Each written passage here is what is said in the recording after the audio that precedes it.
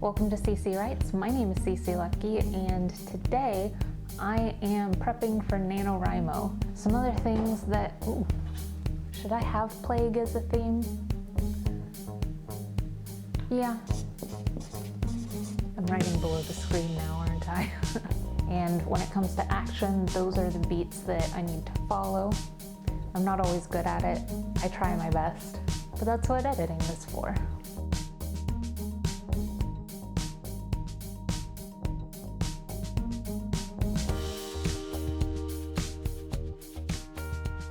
Now, I've pinned down as much of it as I possibly could for that, so I guess the only place to go from here is actually plotting it out, deciding the beats of it and the story that's going to happen. So let's go with that. So here we've got our plot line, and let's decide what to do with it. So at the very least, we know what the main character wants, and we know basically what life looks like. All right, so we got the first part there. It starts off in a world of slums, sickness, racism. The MC, the main character, wants to go to college, but she's denied it because of the fact that she is a magic creature. So then she would take action to achieve the thing that she wants the most, and in doing so, the inciting incident happens.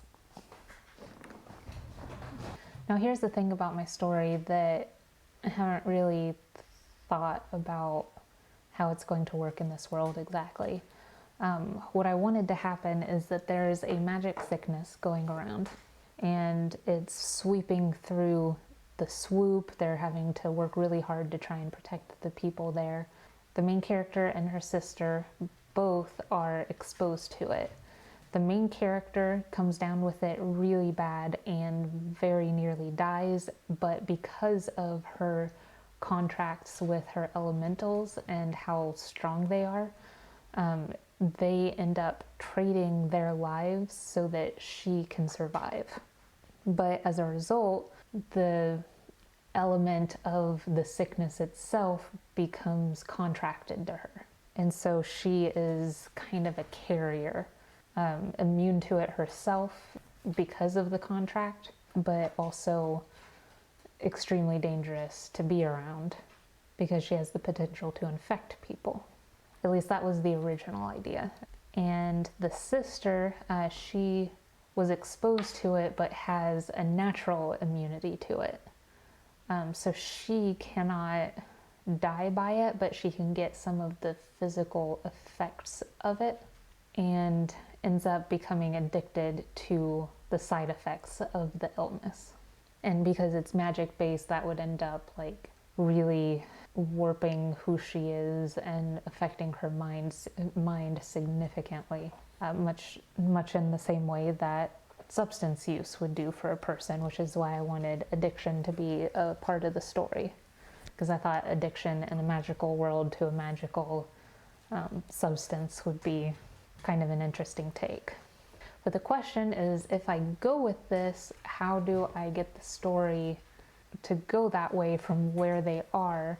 And logically, if you are a carrier of a sickness, you would not want to expose other people to the sickness that you have. But despite her sickness, this is also the thing that she wants most in the world, is to be a magic engineer. So maybe what she tries to do is she tries to hide who she is and go to the college, and through doing that ends up getting exposed to the sickness. I mean, that would be going along with number one, the plague is manufactured. Yeah, I think I'm gonna have to do it that way.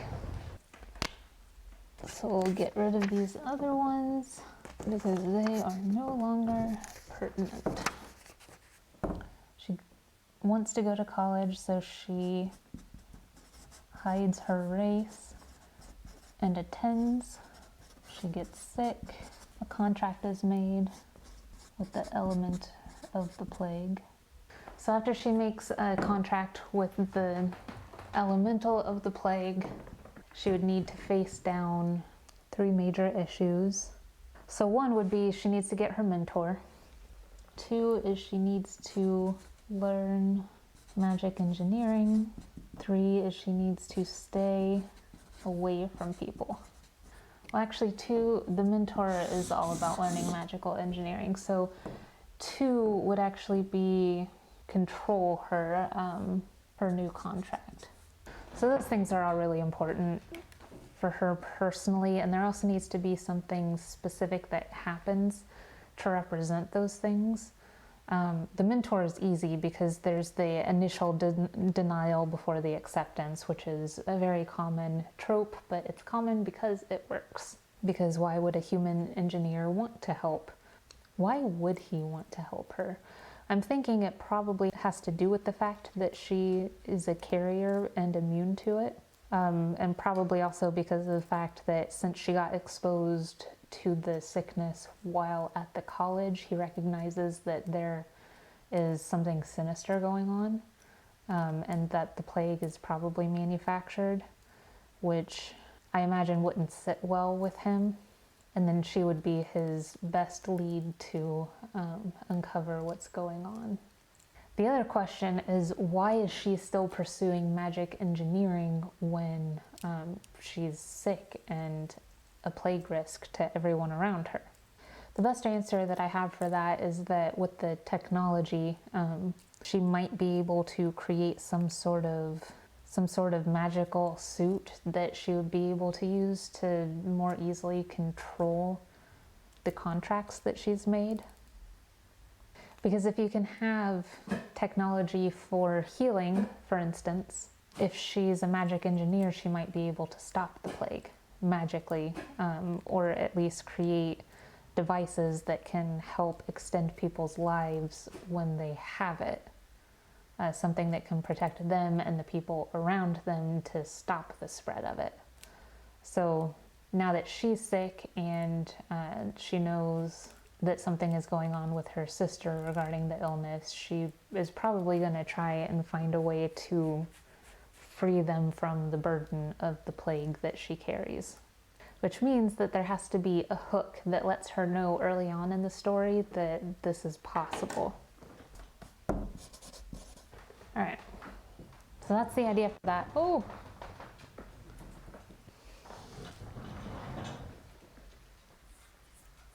that was embarrassing. So these are her 3 main objectives during this part of the story, and also her 3 don't you bark. Come here. And also her 3 major obstacles. I'll take care of you in a minute, you're fine. So it's after she overcomes these things that she has to basically get slapped down by the antagonist, show that he's more powerful than he thought. She's going to get a minor success, but it also has to come with a major setback. The minor success could be that she's given special permission to learn magical engineering.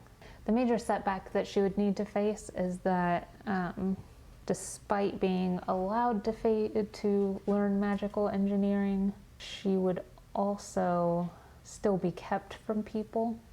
Or maybe it would be as like, it would come along with a feeling of like a sense of betrayal to her own people. It could also be something that she learns, like maybe she finds specific evidence that the plague is manufactured. I think it might be good for that to be the case.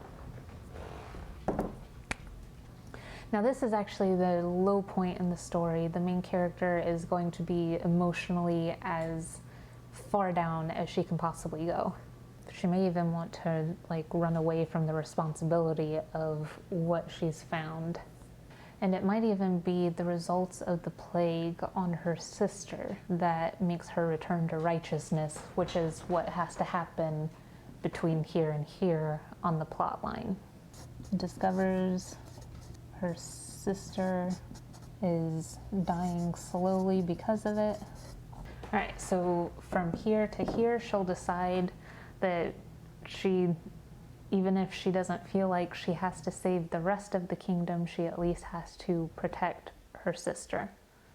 The best way to do that in this situation is bringing awareness to it. And in my opinion, what's going to happen when you find out that a system is breaking its contract with the people it's supposed to protect is those people rise up against it. That's human nature, and I think that that's definitely something that's going to happen in this case. So this would actually be the source of the race riots that I was talking about in the When Mothers Weep world. And that brings us to the conclusion of the story. Basically, this is the part where the character is truly the hero. She sacrifices something, and it has to be something huge. Yeah, I think that she needs to basically take on a contract with, instead of just part of the illness like she has right now, she has to make a contract with the plague, which would mean that if she survives, she would never be able to be around other living creatures for the rest of her life. She would basically be a walking plague. It could make her, okay, so you have the four horsemen of the apocalypse, right? She could be the apocalypse of plague because she's able to take on so many contracts with so many different elementals. She essentially takes on the contracts of the entire plague, which basically creates this like swarm of pestilence around her. I like this idea a lot, actually. And then like the horse that she comes up with could actually just be like a Magitech horse that she makes, so that, you know, transportation, so that she can get as far away from other people as possible. Yeah, this all spawned from the Garbage Town idea, but I like this direction a lot better. This is nice. So she basically has to give up her entire future in order to stop everything that's happening around her, prevent the king from being able to destroy her people and all of the other magical creatures and everything. Well, that's it. That's my entire story. I feel really good about where that went and what I'm going to get out of it. There's still so much stuff that feels really unclear. 2 hours of planning, it's really not enough for an actual like epic story, but this is enough, I think, to get me the base idea of the story and about 50,000 words. Thank you for joining me today on CC Writes. I had a really good time. I hope you had a good time, and I will see you later.